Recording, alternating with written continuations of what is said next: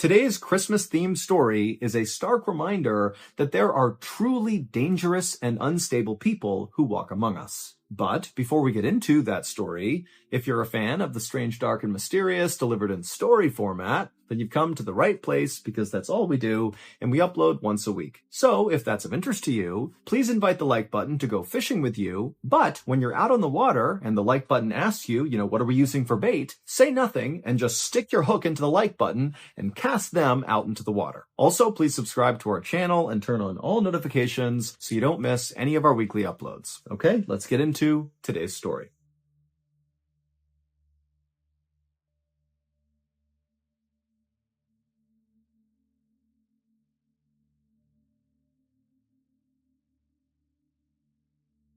On the evening of December 20th, 2022, a young woman named Moon Soo-ho, along with her boyfriend, whose name was Lee Ki-young, sat at a table at a Korean barbecue restaurant in northern Seoul, which is the capital city of South Korea. The couple didn't even have any food yet, but Moon was not even looking at the menu. Instead, she was excitedly checking her watch, waiting for her parents to arrive. This dinner was a very special occasion for Moon because she had been dating Lee for several months now and she was totally in love with him, but she had not introduced him to her parents yet. And so Lee had surprised her with reservations to this restaurant tonight for 4 people. He had invited her parents to come to the dinner so they could all finally meet. Moon looked across the table at Lee and she smiled because she knew as soon as her parents saw this guy, they were going to be impressed. Lee was a 32-year-old Army veteran with lots of crazy stories from his time in the military.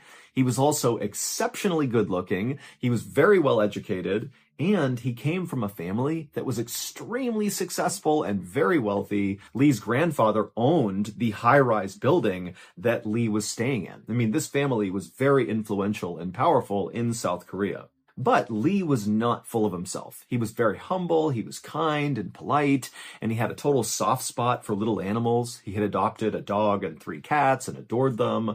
I mean, this was a guy who was kind of like the total package that any parent would be psyched that their daughter was dating. After Moon and Lee had been sitting at this table for about 15 minutes, Moon looked up and she saw her parents finally coming in the door. And so Moon, she stood up and she waved to her parents and flagged them over to the table. And so they came over, they said hi to Lee. And right away, Lee, he picked up the menu and he ordered all these very expensive drinks and all the expensive meats on the menu.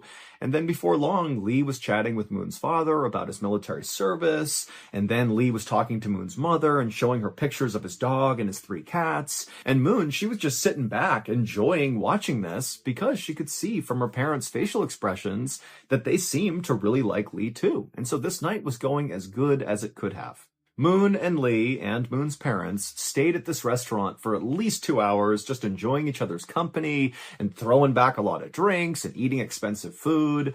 And by the end of the night, when the parents got up to leave, they were like hugging Lee and slapping him on the back and telling him how great he was. And Lee was doing the same thing to the parents. It was like really they had hit it off. But after Moon's parents were gone, Moon and Lee, they left the restaurant too, and they began walking across the street towards the parking garage where Lee had parked. And right away, Moon could tell Lee was actually pretty drunk. She had not noticed it in the restaurant, but now she could see Lee was kind of stumbling a little bit. But Moon wasn't upset about this. If anything, she just thought, wow, he was so composed talking to my parents in there, despite obviously being drunk. He had just managed to mask it really, really well. But despite how impressed she was with her boyfriend, Moon didn't want Lee to drive them home. It seemed like that would be really unsafe to do because, again, obviously he is drunk. And so when Lee and Moon made it to Lee's car, Moon kind of gently told Lee, hey, why don't we leave your car here and just call a taxi and they can take us home safely. But when she said this, Lee took it as if Moon was criticizing him for being too drunk.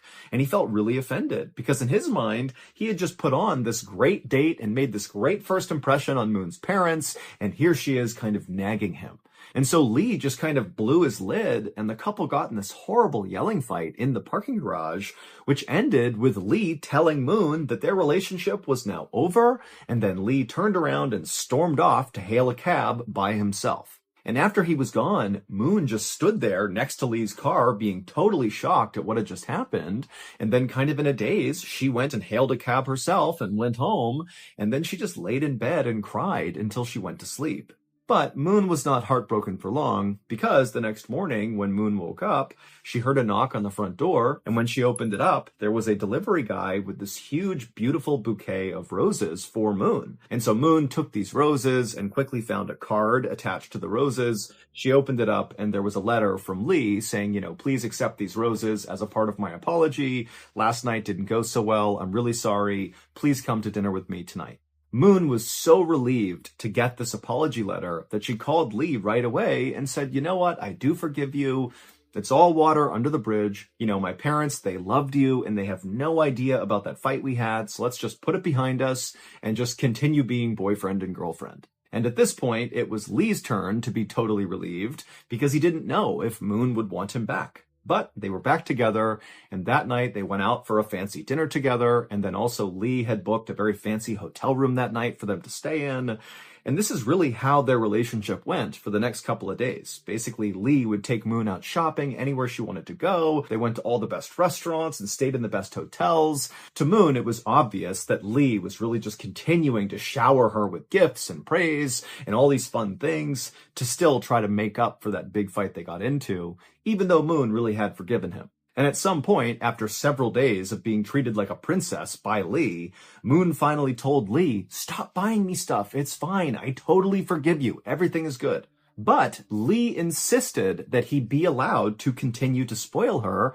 After all, it was the Christmas season, and she deserved to be spoiled around Christmas. So in South Korea, Christmas is celebrated a bit differently than it is in Western countries like America. In South Korea, Christmas is a big holiday, but it's really just a holiday for couples. It's not really a family occasion. So in South Korea, on Christmas, lots of couples will go out on these fancy dates. And so that's kind of how they celebrate Christmas. Whereas, in Western countries like America, it's all about family and waking up and getting presents from Santa Claus. So that's the difference. Western is family-centric, and in South Korea, it's very couple-centric. It's kind of like Valentine's Day in the winter. So, on Christmas Eve, Lee told Moon that he had a very special dinner planned for Christmas, and would Moon mind coming over to Lee's apartment on Christmas morning to feed his cats and his dog, because Lee was going to be out running errands in preparation for this big Christmas dinner. And of course, Moon said she would. So, at around 11 a.m. on Christmas Day, Moon hopped off the elevator inside of Lee's apartment building and began walking down the hall towards his door, carrying the key to his door. But as Moon walked closer and closer to Lee's door, she began smelling this really powerful smell. It smelled like roses. And for a second, Moon thought to herself, oh my goodness, this whole thing was a setup. I'm not here to feed his pets. I'm here because he must have planned some really elaborate thing for Christmas Day for right now. And probably it has to do with lots of roses inside of his apartment. And so Moon was really excited by the time she got out front of Lee's apartment door. But before she used her key to open it up and just go in, she decided she would just call out for Lee, because she figured at this point, he's got to be in there. He knows I'm about to be surprised by this big thing. And so she calls out for Lee, but there's no answer. And so she knocks a couple of times to see if maybe she can get Lee to come to the door, but after knocking several times, there was no answer. So eventually, Moon used her key, she opened up the door, she swung it open, and she stepped inside of Lee's apartment, expecting to be wowed by whatever Lee had planned. But instead, when she looked around, she couldn't really understand what she was even seeing. Lee was nowhere to be found, but there were roses all over the apartment. However, these were not new roses. These were like several days old. Many of them were wilted and the petals were starting to fall off. And the water that all these roses were sitting in was very dirty. But really, there were like vases of roses everywhere on every surface. And right away, Moon started to feel really uneasy. It was like very creepy to be in this dark apartment where no one's inside of, with just these weird flowers everywhere. And so without going any further into the apartment, Moon once again yelled out for Lee in hopes that maybe he was here, but again, he didn't come out of any of the rooms, so she knows she's alone. And so she called Lee on his phone to try to get an explanation for what she was looking at. But Lee didn't answer his phone. By this point, Lee's three cats were circling around Moon's legs because they were eager to be fed, and so Moon kind of stopped thinking about this strange flower situation and looked over at the cats' bowls and saw there was no dry food. They had eaten all of their food. And so Moon began walking over to the bowls when she realized Lee had not told her where he kept the cat food, and so she had no idea where it was. So Moon began opening all the kitchen cabinets, hoping to find this cat food somewhere, but she didn't, and so eventually she left the kitchen and she walked down this hallway inside of the apartment, and she found there was a skinny closet in the hallway that looked like a place where you would store cleaning supplies and vacuums and that sort of thing. So she reached down and tried to open it. But she was able to turn the doorknob, but there was something inside of this closet that was making it really hard to open, like it was stuck on something. Now, again, Moon is kind of looking around this dark, dingy apartment that's filled with all these wilted roses, and she's feeling super uneasy, but she thought, I just want to feed these cats and just get out of here. And so Moon just grabbed that door handle and yanked as hard as she could, and she managed to pop it open. And for a second, Moon just stared at the inside of the closet, having no idea what she was even looking at. And then she started to scream.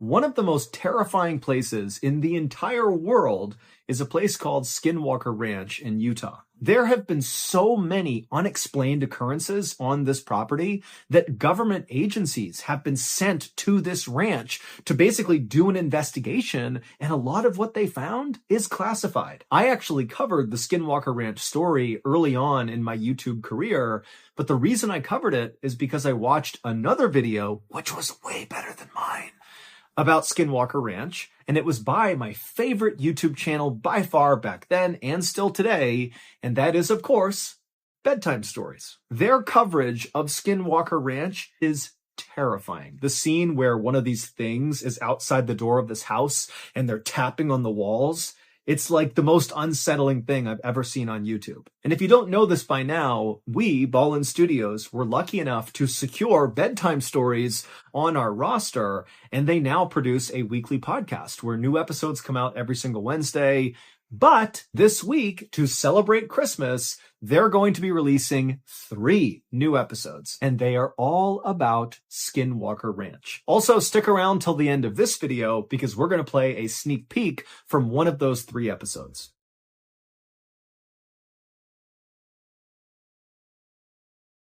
It would turn out virtually everything Moon thought she knew about Lee, her boyfriend, was wrong. 5 days earlier, after Moon and Lee had gotten into that horrible fight in the parking garage following the dinner with Moon's parents, Lee had made it seem like he was storming off to go hail a cab and drive home on his own. But in reality, after he stormed off, he waited for Moon to walk away and get a cab on her own, and then Lee just walked right back over to where he had parked his car in the parking garage. He got inside, turned it on, and began driving home. But on his drive home, he actually crashed into a taxi driver. Now, neither Lee nor the taxi driver were harmed in this accident, and both cars were still drivable, but Lee actually had a really big problem with drinking and driving. 9 years earlier, in 2013, when Lee was serving in the military, he was put in military prison for drunk driving.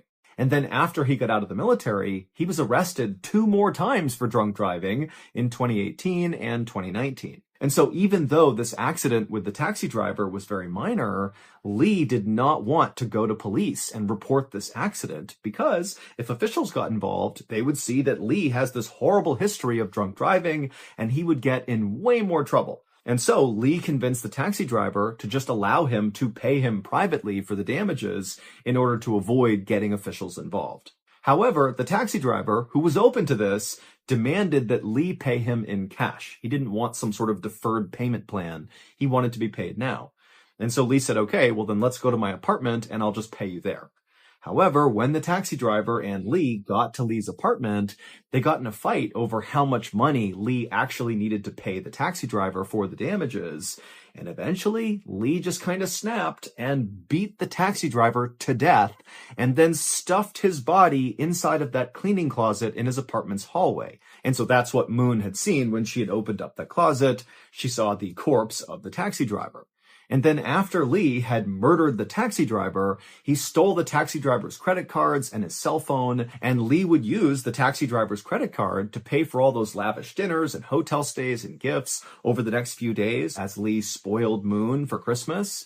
And also during that time, Lee was using the taxi driver's cell phone to send messages to the taxi driver's family to convince them that he was still alive. Also, Lee went out and bought a whole bunch of bouquets of roses and put them all over his apartment to try to mask the smell of the rotting corpse inside of his closet. But this murder and Lee's horrible drunk driving were not his only secrets. Lee claimed he was from this very wealthy, successful family that owned all these amazing high-rises in South Korea, but that was all a big lie. Lee was not from a very successful family. He did not have any money. He basically just borrowed money from family and friends and then lied about how he acquired the money, claiming he was this big, successful, wealthy guy.